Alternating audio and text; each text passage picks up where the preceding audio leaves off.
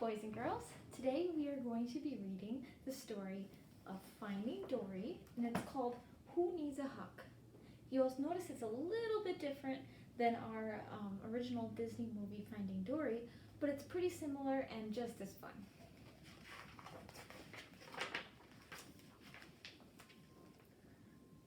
Dory darted across the sandy floor in front of her parents' home in Morro Bay. "It's our last day in Morro Bay," said Jenny, sighing. "I hope our new home will have lots of purple shells." Dory couldn't wait to show off the reef and her coral cave to her mom and dad, and they couldn't wait to move in. "I'm so happy we're together," said Jenny. "I think I need a hug. A great big old tight family hug." "You know who gives great hugs?" Dory asked. "Nemo! I wonder what he's up to. I'd better go find him." Dory swam through the dark green kelp and spied Nemo playing hide and seek with two new friends. "I found you both," a parrotfish called to his friends.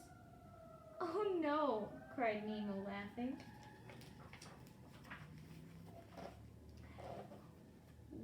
What's wrong with your fin?" The other friend, an angelfish, asked Nemo. "It's so tiny." Nemo looked at his fin. He didn't think it looked wrong. Dory swam down from the kelp. "A tiny fin took Nemo across the entire Pacific Ocean," she said. Do you remember that, boys and girls? That story is from Finding Nemo. "He's one of the best swimmers I know. I think you need a hug, you super duper swimmer." Not so tight," said Nemo. "Come play with us, Dory. You're it. Start counting." Dory started to count, but soon she noticed some shells and started counting them instead. She bumped into a giant stalk of kelp and saw something wiggling near the surface. Dory swam closer to get a better look. She spotted a small ball of fur looking down at her. "Well, hello there," Dory said to the ball of fur.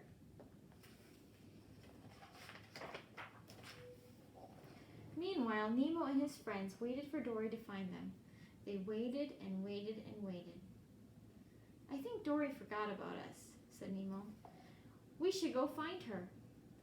The three fish swam out from their hiding spots and found Dory. She was staring something up in the kelp. "Look, it's a baby otter," said the angelfish. "He's so cute," said the parrotfish. "I just want to give him a hug." "Yay, one more player," shouted Nemo. "Let's hide. Don't forget, Dory, you need to look for us." Why do you think Dory kept forgetting? What do you know about her from the movie Finding Nemo? Oh, that's right. She has a short-term memory. That means that she forgets things pretty quickly. I wonder what's going to happen in this story. Knowing that about Dory, what predictions do you have for this story, knowing that it's called Finding Dory? What do you think is going to happen? Let's find out. Dory and his friends swam off again. The otter pup wriggled out of the seaweed. He dove and splashed in the water. He couldn't wait to hide. Dory began to count. 10, 9, 8, 12, 11, 10, 3, 2, 1. "Ready or not, here I come." Dory darted this way and that way. She found Nemo. He was hiding in a group of sea urchins. Then she found the angelfish and the parrotfish. They were hiding behind some rocks. "My turn. It's my turn to hide," said Dory. Nemo looked around. "But where's the otter?" he asked. "Did you find him?" "Oh, that cute little brown ball of fur? Well, no," Dory admitted. "I bet he found the best hiding spot," the angelfish whispered to the parrotfish. They looked and looked, but they couldn't find him anywhere. If he's lost, you can find him, Dory, Nemo said. When I was lost, you helped my dad find me. You can count on me, said Dory as she darted off to find the otter. Nemo and his friends raced after her. They swam under a tall red buoy and around the large gray rock. Look, Dory shouted, over there. That looks like an otter. Swim this way. Do you think it's going to be the otter? You think they're going to find him? Let's find out. But it wasn't the little otter. Oh, man.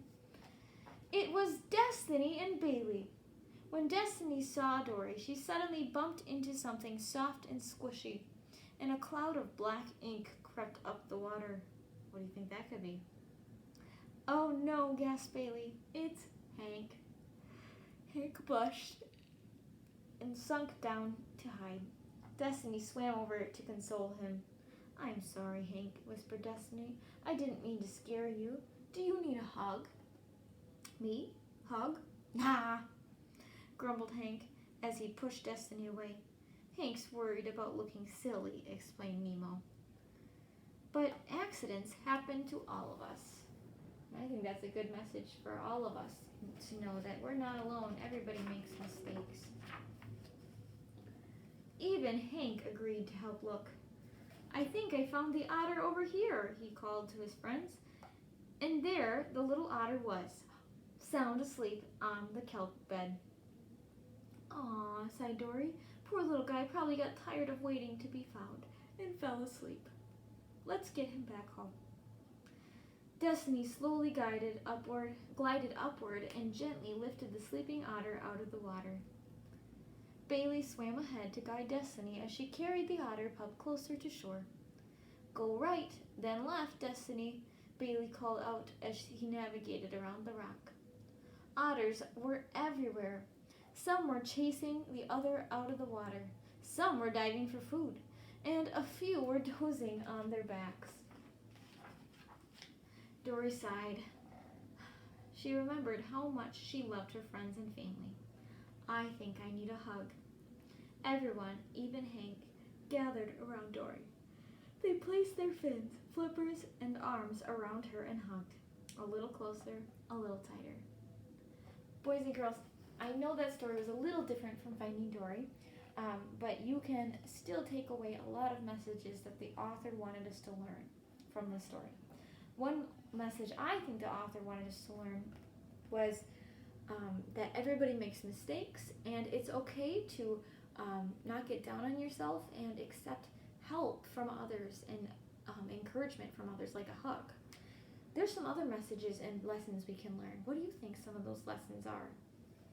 If you want to watch the real read-aloud of Finding Dory, you can find it on YouTube, or you can also watch the movie. But I hope you enjoy this story with Dory and Nemo today.